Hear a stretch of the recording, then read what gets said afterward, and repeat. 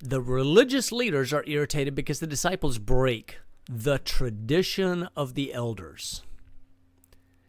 And Yeshua's response is, you transgress the commandment of God for the sake of your tradition.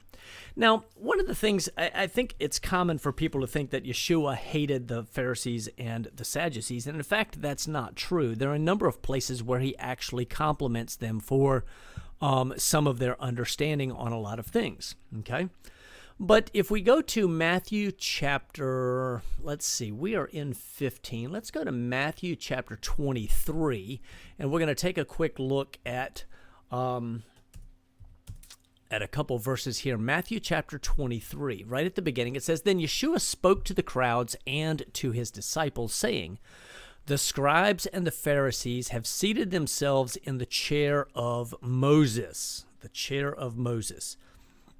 Therefore, all they tell you, do and observe, but do not do according to their deeds, for they say and do not do.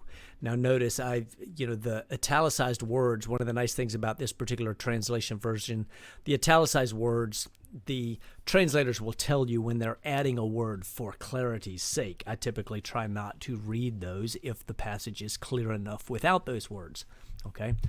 So Yeshua says, do what they tell you to do when they're in the seat of Moses. Well, what do they do in the seat of Moses? Now, I heard a teaching a number of years ago that said that in the synagogue, the seat of Moses was the place from which they read the Torah.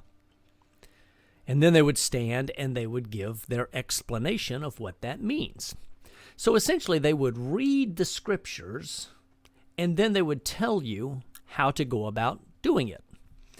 And the Pharisees could be classified a little bit as a sola scriptura type of group because they claimed to only adhere to the scriptures, not to adhere to any outside teaching. They didn't like a lot of the other teachings that were, or books or writings, maybe we can say, that were contemporary to their teaching.